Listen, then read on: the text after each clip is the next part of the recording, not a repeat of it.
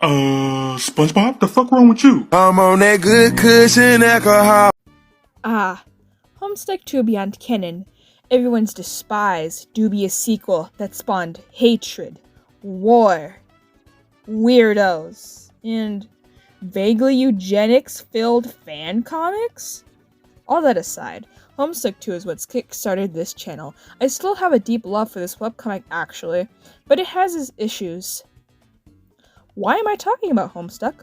Well, 413 is upon us once more. I want to actually contribute to it, unlike last year, as this is the hole I have fallen into, and once you fall into the hole, there's no getting out of it. So with the Homestuck 2 topic, what will I talk about?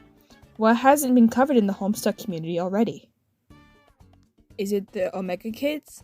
The mistreatment of Dave Cat? The slandering and mischaracterization of Gamzee? Is it about Rosemary and Yiffany?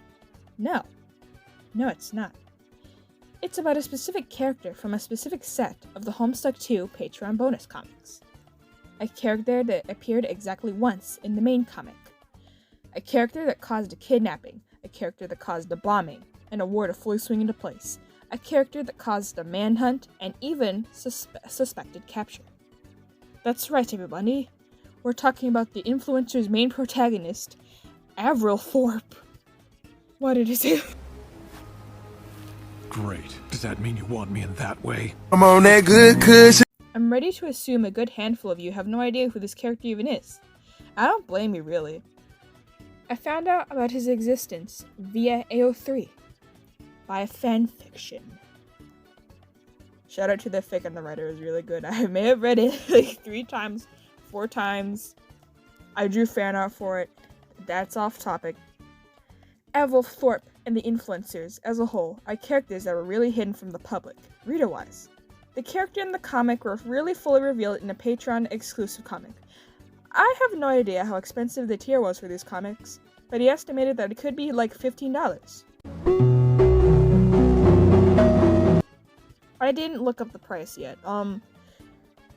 Anyways, Avril Thorpe is a male student that attends the same Earthsea High School that Harry Anderson attends. He was revealed as a one-off tossaway character in the chapter Clown Logistics during the sprinkler scene, in which he appears and takes a photograph of the Gamzee situation to post online for clout. He is never shown again in the canonical comic. Despite being originally a simple silhouette in the main comic, he got a finalized and consistent design in Influencers. It's vastly different from the silhouette panel, of course, as the writers weren't planning on making them reoccurring characters at all, as seen in the Patreon. Now that we have this guy out of the way, what is the Influencers? What is this Patreon exclusive comic? Mr. B! As mentioned before, the comic in which Avril is fully revealed is the Patreon exclusive release, The Influencers. The Influencers is a 3-part comic that focuses on 3 characters, Avril Thorpe, Amoida Kurita, I think that's how you say it, and Silas P. Beauregard III. Amoida Kurita is named after the creator of the emoji. They're a theater nerd who has a crush on Harry Anderson Egbert, even mentioning that they've been to his house a few times. Silas P. Beauregard III, a heiress from a seemingly religious, rich family. Not much is known about her, besides the fact that she's Southern, knows Tavros Cracker a little bit, and that she's based off of a slave owner character, which is really bad. And of course, Avril Thorpe, who is named after the 2010s Avril emo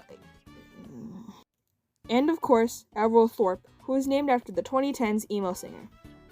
The 3 suddenly influenced the Candy Stories path in the background, with instances such as making the bell tower accessible for the main cast.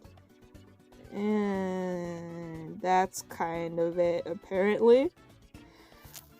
I did research for this video. I looked up everything, I reread the comic.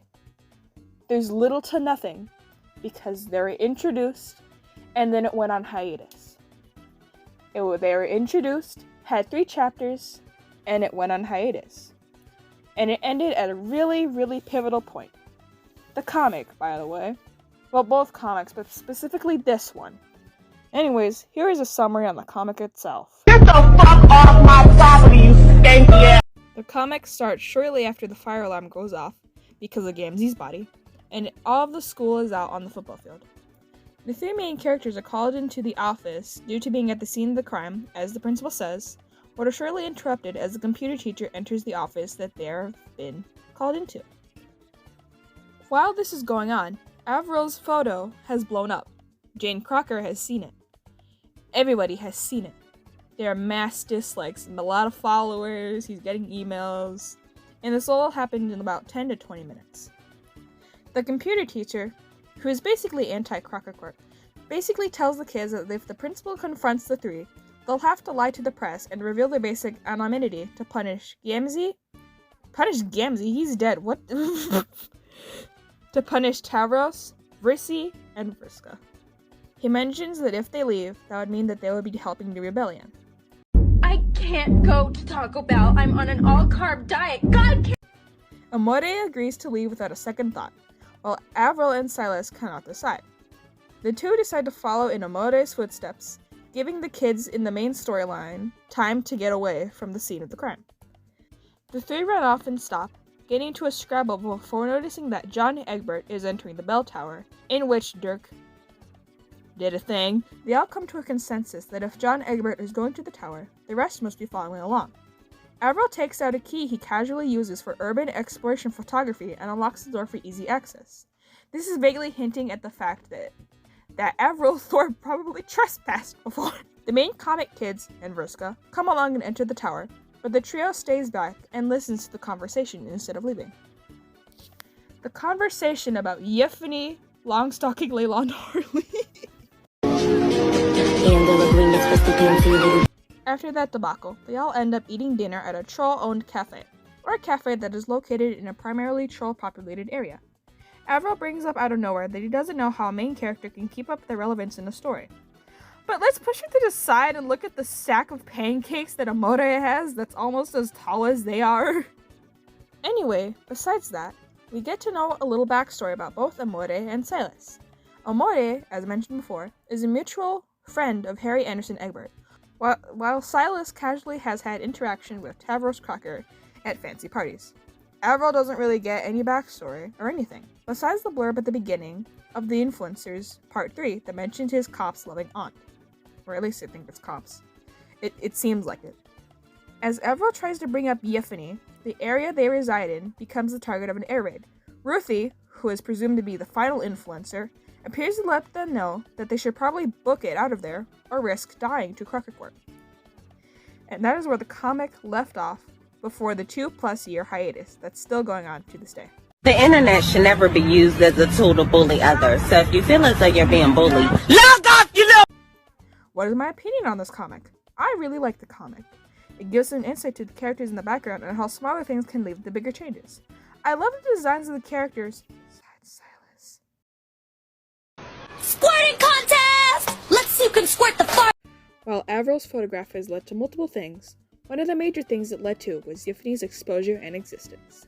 If it weren't for the photo, Jane would have never known that her son was dawdling with criminals, as she considered the Vriskas, and trolls generally. When the photo got onto the news, Jane immediately thought to kidnap Yefany as a hostage to stick it to the rebellion, which also led to the standoff with Tavros and Kanaya at Gamzee's funeral.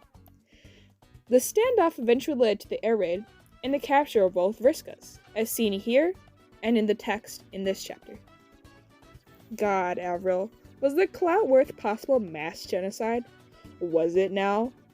Was it? That's what good pussy sounds like. This was quite short. I wanted to have it quite longer. However, the existence of SpongeBob the Musical, school, the fact that there's little to no information of these guys, and other projects just got in the way of whatever this was. I was gonna talk about the commentary too from the Patreon, but alas, lack of time. Maybe I'll edit them in here, but who knows? In short, I consider Avril and the others, besides Silas, as really neat side comic characters. They all have unique personalities, and I would absolutely love to see them again if the comic continues. That is all. Again, sorry for the short video. See y'all later. I'm on that good cushion alcohol.